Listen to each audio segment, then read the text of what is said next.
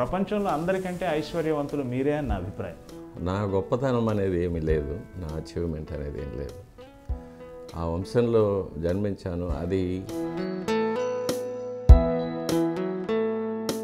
మీ 4 కుటుంబాలకు సంబంధించి నిబంధనలు ఎలా ఉంటాయండి? అటువంటి నిబంధనలు అంటూ మరి ఏముండవు. కాకపోతే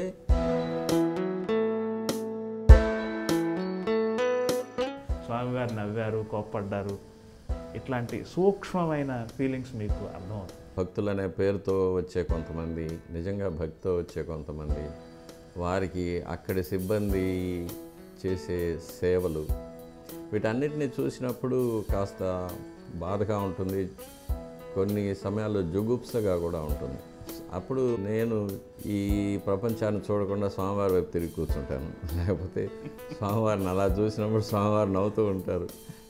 ఇదంతా నా లీలే, నేనే వీళ్ళందరినీ ఇలా ఆడిస్తున్నాను.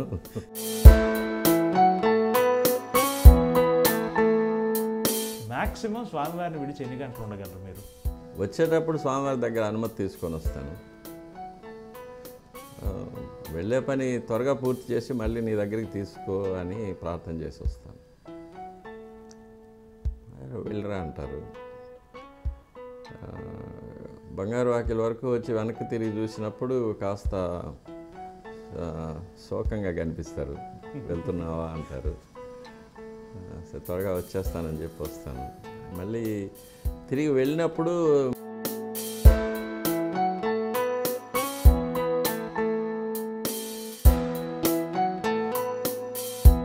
ఈ వ్యవస్థను రద్దు చేయాలని పాలకులు నిర్ణయం తీసుకున్నప్పుడు అటువంటి సందర్భాలు ఎందుకు స్వామి ఇంత కష్టం ఇచ్చావు అని స్వామిని అడగలేదా? మనకి ఒక ప్రావర్బ్ ఉంది కదా, ఒక తలుపు మూసుకుంటే ఇంకో తలుపు తెరుచుకుంటుంది. ఆ విధంగా చూస్తే స్వామివారు ఒక తలుపు మూస్తే 2 తలుపులు తెరిచారు.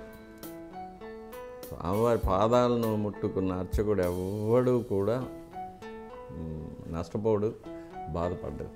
నేను ఇంకొంచెం స్ట్రైట్గా అడుగుతాను. ఆలయ స్వరూపాన్ని మార్చే ప్రయత్నము, 1000 కాళ్ళ మండపాన్ని మార్చే ప్రయత్నం, ఇలా కొన్ని జరిగాయి కదా. ఆ 1000 కాళ్ళ మంటపాన్ని తీసేశారు. నేను చెప్పాను, 1000 కాళ్ళ మంటపం రామానుజుల కాలానికి ముందుది. వీటిని మీరు ఎలా జీర్ణం చేసుకుంటున్నారు? మీ స్పందన ఏంటి దీని పట్ల? పాలకుల పేరు చెప్పి చేసే అక్రమాలు, అరాచకాలు, అపవిత్రమైన కార్యాలు, అపచారాలు, ఇవి ప్రతిరోజు దేవాలయంలో జరుగుతూ ఉంటాయి.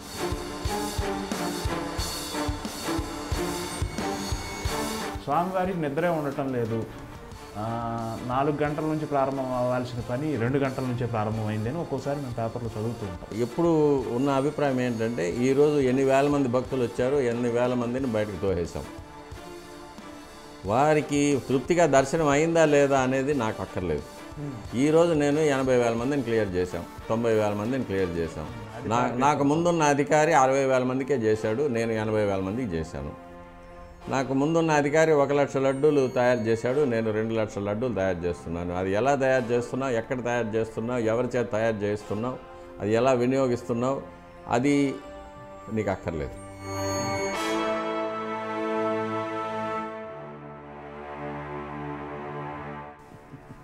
కొత్త బైబిల్ రాస్తున్నారు.